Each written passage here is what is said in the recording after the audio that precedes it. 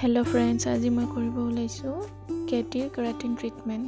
মোৰ ক্লায়েন্টৰ চুলিখিনি চাব পাৰে কিমান ড্যামেজ হৈছে আৰু কালাৰ ট্ৰিটেড হেয়াৰ হয়। তেখেতৰ প্ৰথমতে মই ক্লিয়াৰিফাইং শ্যাম্পুৰে চুলিখিনি ধুই লৈছো। 2-3 বাৰলৈ চুলিখিনি ধুই ল'ব লাগিব, তেতিয়াহে আমাৰ কিউটিকলছবোৰ ওপেন হ'ব। ধুই উঠি তেখেতৰ মই ধুনীয়াকৈ টাৱেল ড্ৰাই কৰি লৈছো চুলিখিনি। তাৰ পিছত ড্ৰায়াৰে চুলিখিনি শুকুৱাই লৈ আমাৰ सेकेंड प्रोसेस तो हबो क्रीम एप्लाई। क्रीम केनेदरे मैं सेक्शन बाय सेक्शन एप्लाई करिसो आपनालोके चाबो पारे। आरो जिकोनो केमिकलर काम करार आगते आमी ग्लोव्स पिन्धातो जरूरी।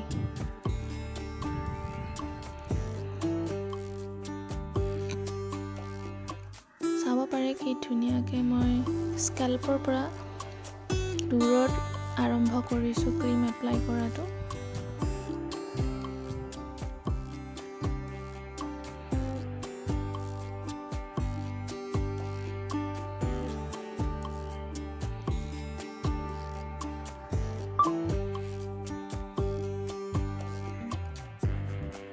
क्रीम एप्लाई करार पिছত मैं तेखेतर चुलिखिनि राखि दिसिलो 45 मिनिट्सर कारणे। 45 मिनिट्सर पिছত तेखेतर प्रथमते कूल ड्राई करि लैसो 50% हुकुवाई लय। तार पिছত मिडियाम हिटत हुकुवाई शेषर फाले मैं फुल हिट दि तेखेतर चुलिखिनि हुकुवाई लैसो।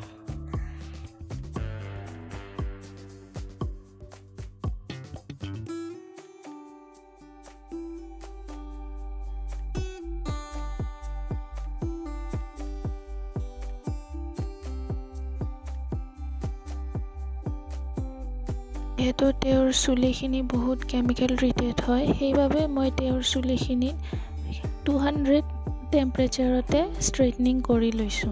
আইৰনিঙৰ প্ৰেছাৰ যিমানে ধুনীয়াকৈ বহাব পাৰিব সিমানে আপোনালোকৰ ৰিজাল্টটো ধুনীয়া আহিব। চাব পাৰে মই স্কাল্পৰ ওচৰত যিমানখিনি প্ৰেছাৰ দি যিমানবাৰ কৰিছো, চুলিৰ শেষৰখিনিতো মই সিমানেই প্ৰেছাৰ দি আৰু যিমানবাৰ ওপৰত কৰিছো এণ্ডিঙতো মই সিমান প্ৰেছাৰ দি কৰিছো।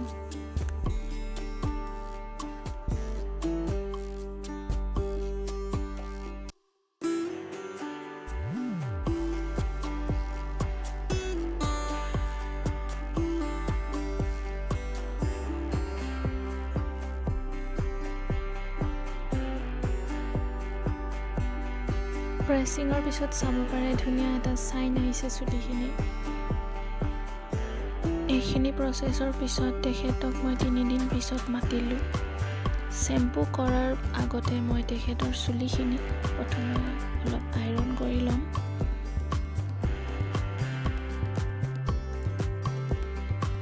আইৰন কৰি উঠি তেখেতৰ চুলিখিনি শ্যাম্পুৰে ধুই লাষ্টত কণ্ডিশনাৰ লগাই 5 মিনিট থৈ দিছিলো। সেইখিনি ভিডিও কৰা নহল বাৰু। এইটো ফাইনেল লুক তেখেতৰ, কিন্তু খৰা চুলি আৰু চিঙা চুলিখিনি বাৰু এনেকুৱাই দেখি সেইখিনি কোনো উপায় নাই, লাহে লাহে বহি যাব। কিন্তু ধুনীয়া সাইন আৰু সিল্কি হৈ গৈছিলে চুলিখিনি, চুই ভাল লাগিছিলে আগতকৈ।